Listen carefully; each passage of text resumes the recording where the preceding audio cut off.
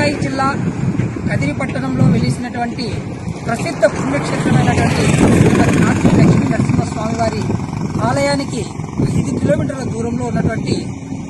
పాలబావి అనగా క్షీరతీర్థం అది నిర్లక్ష్యానికి గురి కాబడి ఎవరూ దాన్ని పట్టించుకోకపోవడం వల్ల ఆ పాలబావి మొత్తం చెత్త చెదారంతో పేరుకుపోయి కనీసం ఆ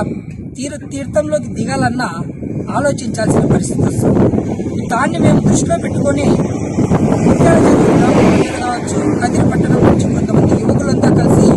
ఆ తీర్థంలో పేరుకుపోయినటువంటి వ్యర్థాలను తొలగించి చుట్టూ రంగులను కూడా వేయడం జరిగింది. ఎందుకంటే ఎవరో వస్తారు ఏదో చేస్తారు అనే ఆలోచన పెట్టుకోకుండా మన చుట్టూ ఉన్నటువంటి ఇలాంటి పురాతన విషయాలు కావచ్చు పురాతన నిర్మాణాలను పరిరక్షించుకోవాల్సిన